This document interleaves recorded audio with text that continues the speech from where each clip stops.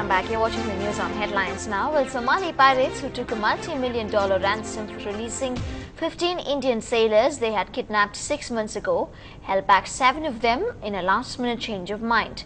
This apparently as a retaliation for the arrest of more than 100 Somali pirates by the Indian Navy last week. The Indian sailors were on board a Norwegian carrier hijacked off the coast of Tanzania in September. Moving on, the operator of Japan's Fukushima plant that was damaged in last month's earthquake and tsunami has said it expects to bring the nuclear crisis under control within 9 months. Radiation levels in the sea near Reactor 2 rose to 6,500 times the normal limit on Friday, that is up from 1,100 times a day earlier.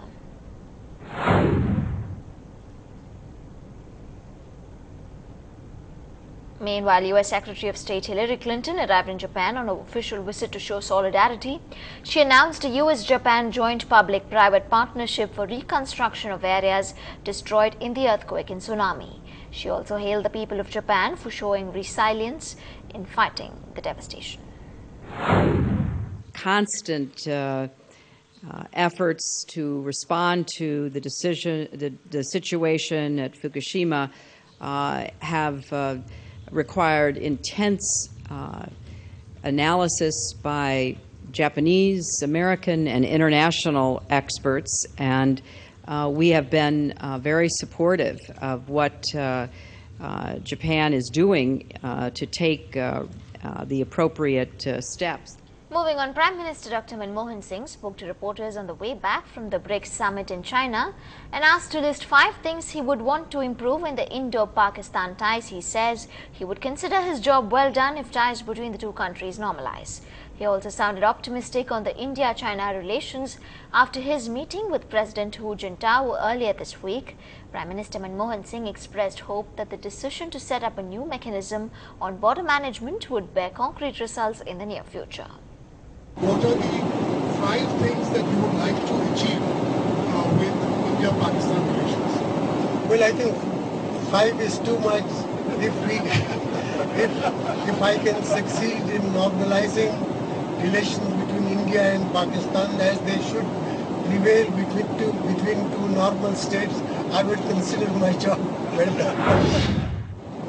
With regard to defense exchanges, my expectation is that they would be continued, and also there was a proposal from the Chinese side when Premier Wen Jiabao came to India to look at a new mechanisms to maintain peace and tranquility on the border.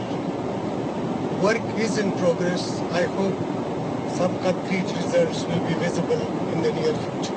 Well, the Prime Minister also advocated the need for nuclear power in the world despite a brewing nuclear crisis in Japan after the earthquake and tsunami.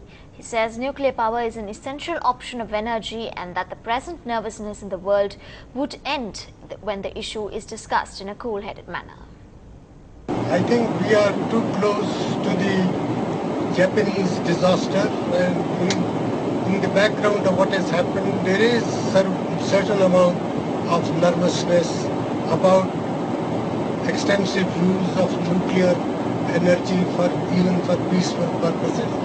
But I am convinced that when all said and done, when cool-headed discussions take place about the future of energy, there would be, I think, reconsideration of the role of nuclear energy as one of the essential options which all countries must keep in order to deal with problems like climate change and energy security. Moving on, later this month, a controversial new book on Mahatma Gandhi will hit bookstores in India except in Gujarat, where it's already banned for allegedly suggesting that Gandhi was in a relationship with the German architect Hermann Kallenbach. The book is also generating a fierce debate in South Africa, where the two men lived. Speaking to NDTV in Johannesburg, South Africa's foreign minister criticized this book.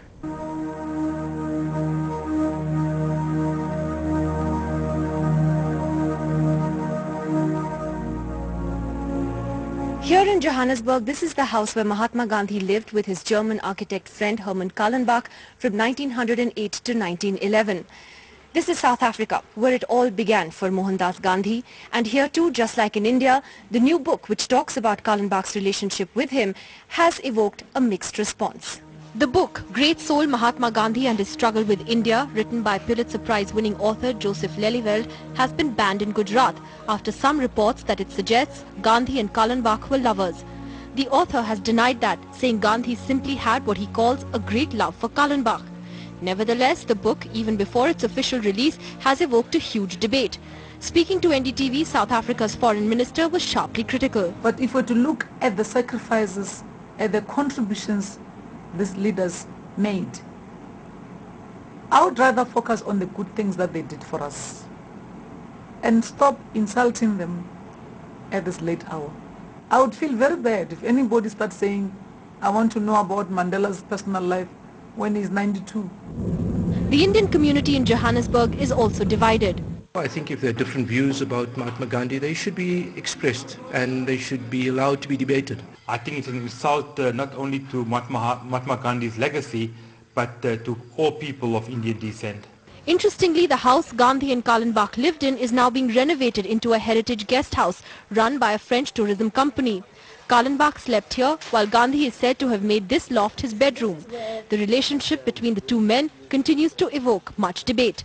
In Johannesburg, Nidhi Razdan for NDTV. Well, the case of the Indian spy Gopal Das, who returned home last week after spending 27 years in prison in Pakistan, has sparked a renewed interest in what actually goes on in this shadowy world. Vikram Chaudhary takes a look at some ordinary lives which turn the other way. Once a master spy, this is what Karamat Rahi now does for a living. 6 years ago, he returned to his village in Gurdaspur, Punjab, after spending 18 years in Pakistani jails. After his return, he sought compensation from the Indian intelligence agency he worked for, but was refused. He moved court, but his plea was turned down. He now plans to move a higher court. इतनी लंबी कैदे काटते आते हैं, इंसान तो पहले ही मरा होता है, जिस तरह के वहाँ पर इंटरोगेट होता है, गवर्नमेंट खूब जानती है कि इंटरोगेट दुश्मन को कैसे किया जाता है. जब बेकार हो जाता है तो उसको कुछ न कुछ कारोबार के लिए बेनिफिट मिलना चाहिए. और दूसरा उनका बुढ़ापे के, जिस वक्त जब मैं अब 58 साल का हो गया हूँ, तो मेरे को पेंशन का सहारा तो मिलना चाहिए, मेरी बीवी को मिलना चाहिए. 50 kilometers away, village Daduwal, that once had a dozen spies working for Indian agencies. Sunil was lured into spying by a fellow villager, but 3 years later, he was caught in Pakistan and jailed. 7 years later, he returned home physically weak and depressed, now fully dependent on his wife, who works as a domestic help. देश के लिए सेवा तो की, देश से हमें तो खून के आंसू दिए हैं, फल तो कुछ मिला नहीं. Grefan tried his hand at spying, but soon decided to quit. But his mentors just won't let him.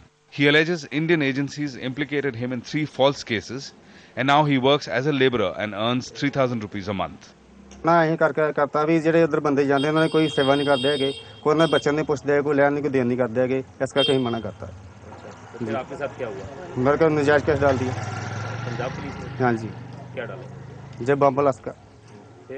फिर उसमें बरी हो गया, फिर दूसरा केस डाल दिया. Along the border belt in Punjab, almost every third village has a spy who once worked for Indian agencies. And now, these spies, they say, the way they have been ignored, they feel they are the children of lesser God. With Vikram Chaudhary, Madhusudan for NDTV.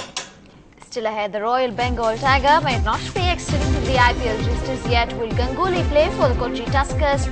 Find out after the break.